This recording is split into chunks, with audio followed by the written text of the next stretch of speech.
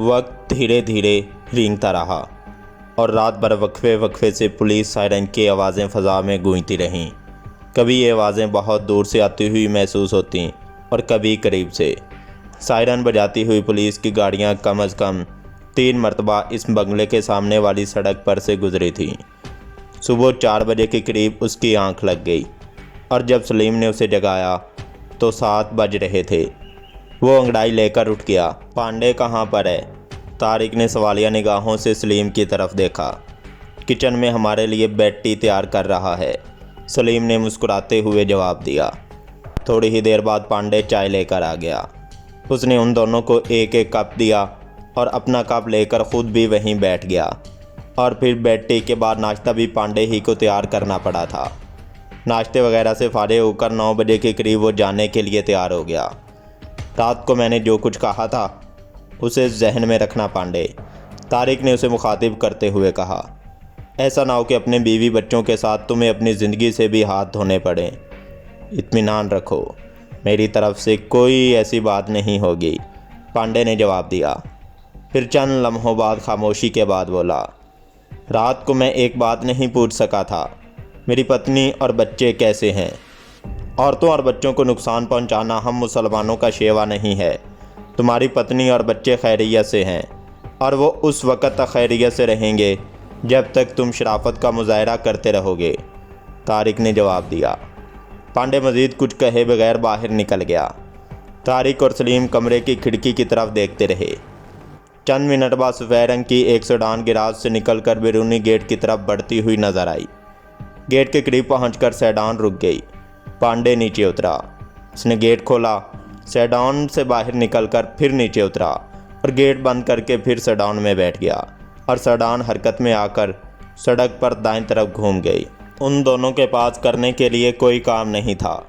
सबसे पहले उन्होंने घूम फिर कर मकान के तमाम कमरों का जायज़ा लिया और फिर उसी कमरे में आ गए। पांडे की वापसी शाम 7 बजे हुई थी। तारिक ने उससे सबसे पहले बाबू महफूज के बारे में सवाल किया। मैंने आज शाम 4 बजे अपने दोस्त सब इंस्पेक्टर से रब्ता कायम किया था, पांडे ने स्पाट लहजे में जवाब दिया। तुम्हारा दोस्त बड़ा फुसफसा निकला।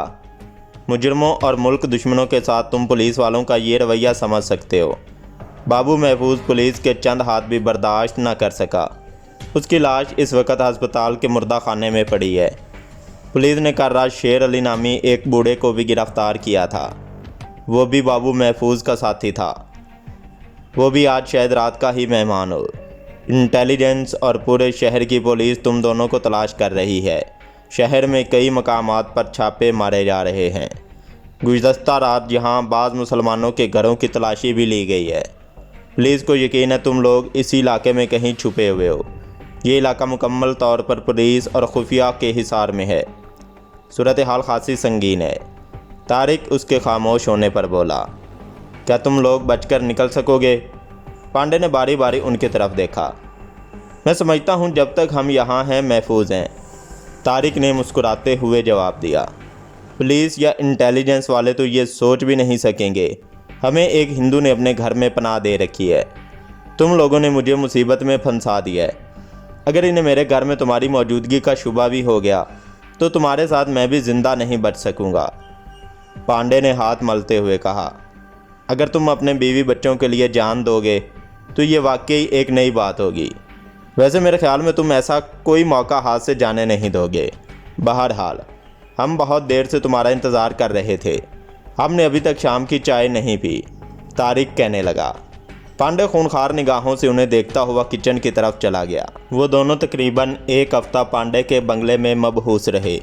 ये उनकी खुशकिस्मती थी के दौरान पांडे की अदम मौजूदगी में इसका कोई मिलने वाला नहीं आया था या फिर उसने खुद ही सबको मना कर दिया था।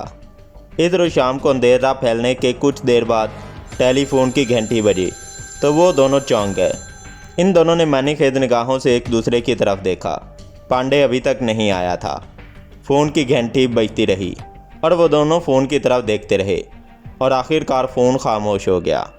5 मिनट खामोशी रही और फ़ोन की घंटी एक बार फिर बजने लगी। दोनों ने एक बार फिर एक दूसरे की तरफ देखा और आखिरकार तारिक ने आगे बढ़कर रिसीवर उठा लिया। माउथ पीस में कुछ कहने की बजाय वो रिसीवर कान से लगाए खड़ा रहा। तुम तारिक हो या सलीम? मेरी बात गौर से सुनो। रिसीवर पर एक भारी मर्दाना आवाज़ सुनकर तारिक उछल पड़ा। तुम लोग फ़ौरन इस बंगले से निकल जाओ, पुलिस किसी भी लम्हे पहुंच सकती है। कौन हो तुम? तारिक ने दरियाफ्त किया। उसके चेहरे का रंग यकदम बदल गया था। मेरा नाम दिलवारिस है। मज़ीद तारुफ के लिए ऑपरेशन रेड फोर्ट का नाम ही काफ़ी है। पुलिस को शुबा हो गया कि तुम लोग इसी बंगले में पनाह लिए हुए हो। पुलिस किसी भी वक्त रेड कर सकती है। मैं बाबू महफूज की तरह तुम लोगों को ज़ाया नहीं करना चाहता, इसलिए एक लम्हा ज़ाया किए बगैर यहाँ से निकल जाओ। लेकिन हम कहाँ जाएंगे? तारिक कहने लगा। ऑपरेशन रेड फोर्ट के हवाले से वो मुतमिन हो गया था। उसे समझने में देर नहीं लगी थी कि दिलवारिस वही शख्स है जिसे इस मिशन की रहनुमाई करना थी।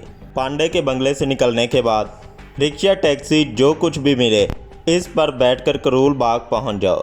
नारायण स्ट्रीट के कॉर्नर पर लकड़ी का एक टाल है। टाल वाले को मेरा नाम बताना, वो तुम लोगों को मेरे पास पहुंचा देगा। दूसरी तरफ से कहा गया और इसके साथ ही सिलसिला मुनक़ता हो गया। कौन था? सलीम ने सवालिया निगाहों से तारिक की तरफ देखा। एक हमदर्द, तारिक ने जवाब दिया। यहाँ से निकलो, पुलिस रेड करने वाली है। उन्हें यहाँ हमारी मौजूदगी की इतला मिल चुकी है। और इसके बाद वो लोग मज़ीद वक्त ज़ाया किए बगैर बाहर की तरफ दौड़ने लगे। तारिक ने पांडे वाला पिस्तौल जेब में डाल लिया था। गेट के करीब पहुंचकर उन्होंने दोनों तरफ सड़क पर झांका। सड़क पर इक्का दुक्का गाड़ियों की आमदोरफ्त थी। वो गेट से निकलकर दाएं तरफ मुड़ गए और तेज़ तेज़ कदम उठाते चौराहे की तरफ चलने लगे। चौराहे पर पहुंचते ही उन्हें एक खाली रिक्शा मिल गया। वो दोनों रिक्शे में बैठ गए। तारिक ने रिक्शे वाले को करोल बाग चलने को कहा। रिक्शा जैसे ही हरकत में आया, सामने से पुलिस की एक कार आती हुई दिखाई दी। कार का सायरन बंद था, लेकिन छत पर फ्लैश लाइट जल रही थी। वो पुलिस कार उसी सड़क पर मुड़ी थी। तारिक ने गर्दन घुमा कर देखा। उस सड़क पर दूसरी तरफ से भी एक पुलिस कार आती हुई दिखाई दी थी। रिक्शा क्रूजन रोड से होता हुआ जैसे ही टाउन हॉल वाले चौराहे से आगे निकला, तारिक ने ड्राइवर को रुकने को कहा। रिक्शा रुकते ही वो दोनों उतर आए। तारिक ने 10 रुपए वाले दोनों नोट रिक्शे वाले के हाथ में थमा दिए। हमने करोल बाग जाने का इरादा बदल दिया है, तारिक ने कहा और सलीम के साथ पैदल ही एक तरफ चलने लगा। रिक्शा वहीं खड़ा रह गया था। तकरीबन 20 गज का फासला तय करने के बाद वो दोनों एक और रिक्शे में बैठ गए। इस रिक्शे के ज़रिए वो पहाड़गंज पहुंच गए। यहाँ से वो तीसरे रिक्शे में बैठकर करोल बाग पहुंचे थे। पहले रिक्शे में सफ़र करते हुए तारिक को अचानक ही कुछ ख्याल आ गया था, इसलिए उसने बार बार रिक्शे तब्दील किए थे। करोल बाग के इलाके में नारायण स्ट्रीट तलाश करने में उन्हें कोई दुश्वारी पेश नहीं आई थी। नारायण स्ट्रीट के साथ ही एक बहुत बड़ा गंदा नाला था, जिसके किनारे पर लकड़ी का बहुत बड़ा टाल था। शाम के 8 बज चुके थे। टाल बंद हो चुका था। लकड़ियां तोलने वाले एक बहुत बड़े तराजू के करीब हाथू लेटा हुआ था। पोल की तरह गड़ी हुई एक लकड़ी पर लाल टेंट टंगी हुई थी। वो दोनों चारपाई के करीब पहुंचकर रुक गए। टाल बंद हो चुका है, लकड़ी चाहिए तो सुबह आना लाला जी, हाथू ने चारपाई से उठते हुए कहा। दिलवारिस, मेरे साथ आओ, हाथू ने इशारा किया। उसने तारिक को पूरी बात करने का मौका भी नहीं दिया था। एक वसी रकबे पर लकड़ियों के अंबार लगे हुए थे।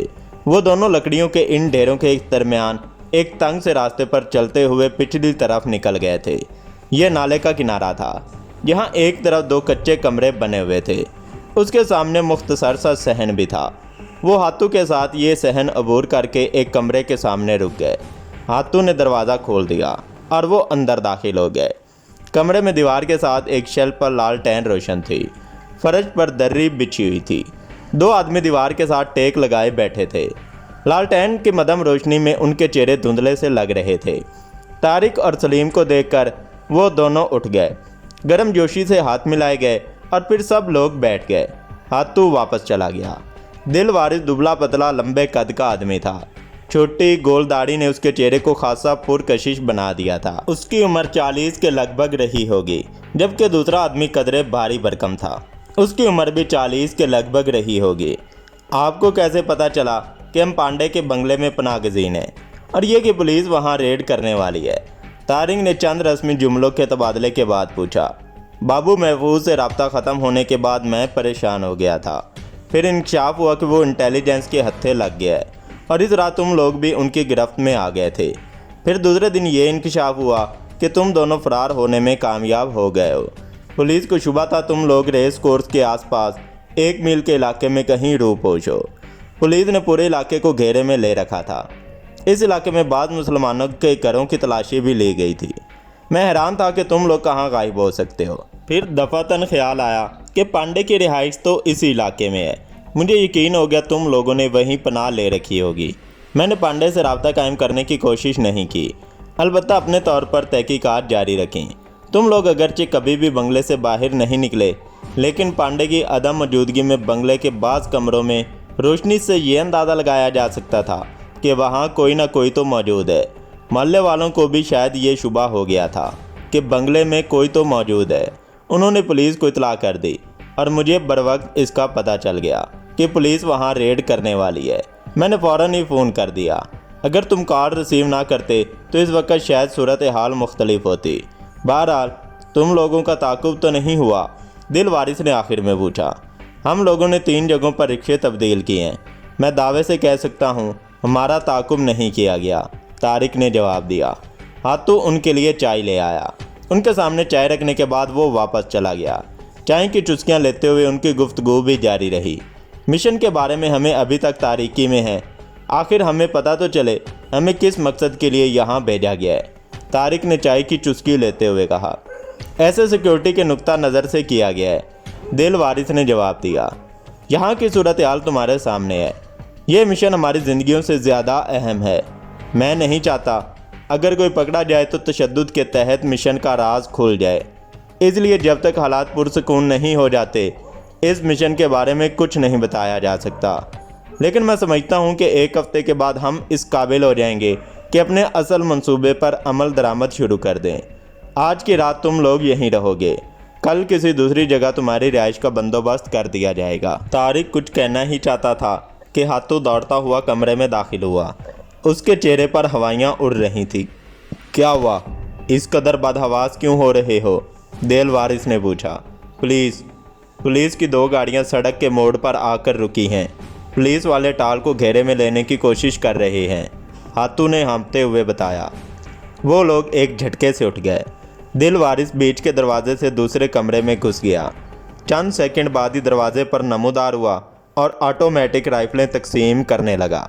अगर यहाँ से निकलने में कामयाब हो गए तो दिल्ली दरवाजे पर कासिम अली से रब्ता कायम कर लेना, वहाँ उसकी फलों की दुकान है, दिल वारिस ने कहा। वो लोग दरवाजे की तरफ बढ़े ही थे कि फ़ज़ा में एक भारी आवाज़ गूंजी। तुम लोग चारों तरफ से घेरे में हो, फरार का कोई रास्ता नहीं है, अपने आप को पुलिस के हवाले कर दो, बसूरत दीगर तुम में से कोई भी जिंदा नहीं बच सकेगा। मेगाफोन पर यह ऐलान 2 मरतबा दोहराया गया। पीछे नालों की तरफ से निकल चलो, दिल वारिस ने कहा। वो लोग कमरे से निकलकर नाले की तरफ बढ़ने लगे। वो जैसे ही नाले के किनारे पर पहुंचे, नाले की तरफ से एक शोला सा चमका और फ़ज़ा फायर की आवाज़ से गूंज उठी। गोली दिल वारिस के सर से ऊपर से गुजरी थी। वो नीचे गिरकर मुंडेर की आड़ में लेट गए। ये पहला फायर था। इसके बाद चारों तरफ से फायरिंग होने लगी। वो चारों तरफ से घेरे में लिए जा चुके थे। तारिक और उसके साथियों ने भी फायरिंग शुरू कर दी थी। तकरीबन आधे घंटे तक दोनों तरफ से शदीद फायरिंग होती रही और फिर अचानक ही टाल के एक हिस्से में लकड़ियों के ढेर से शोले उठने लगे। कुछ देर बाद दूसरी तरफ से भी शोले उठते हुए नजर आए। इससे पहले तारिक ने पेट्रोल की बू महसूस की थी, जिससे तारिक को ये समझने में देर ना लगी कि जानबूझकर टाल को आग लगाई गई थी। खुश्क लड़कियों में आग फैलती चली जा रही थी। वो लोग बुरी तरह घेरे में आ चुके थे। फायरिंग भी चारों तरफ से हो रही थी। नाले की तरफ से ही निकलने की कोशिश करो, फायरिंग करते हुए आगे बढ़ते रहो, दिल वारिस चीखने लगा। वो लोग मुसलसल फायरिंग करते हुए नाले की तरफ बढ़ने लगे। आग ने भी उन्हें घेरे में ले लिया था। शोले आसमान से बातें कर रहे थे। आग की तपिश नाकाबिले बर्दाश्त होती चली जा रही थी।